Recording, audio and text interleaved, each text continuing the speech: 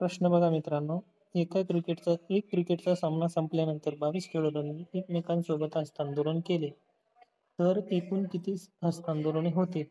अशा प्रश्नामध्ये आपण काय करायचं? एकूण खेळाडू किती? 22. 22 लिहून घ्या, गुणिले त्याच्या अगोदरची संख्या 21 आणि भागिले फक्त 2 करा.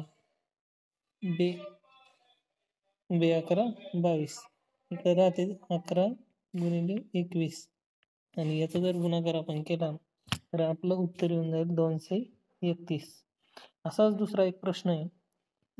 एक हॉकीचा सामना संपल्यानंतर 18 खेळाडूंनी एकमेकांसोबत हस्तांदोलन केले, तर त्यांच्यात होणाऱ्या हस्तांदोलनाची संख्या किती? तर त्याचप्रमाणे 18 लिहून घ्या, त्याच्या अगोदरची संख्या 17 भागिले 2 करा.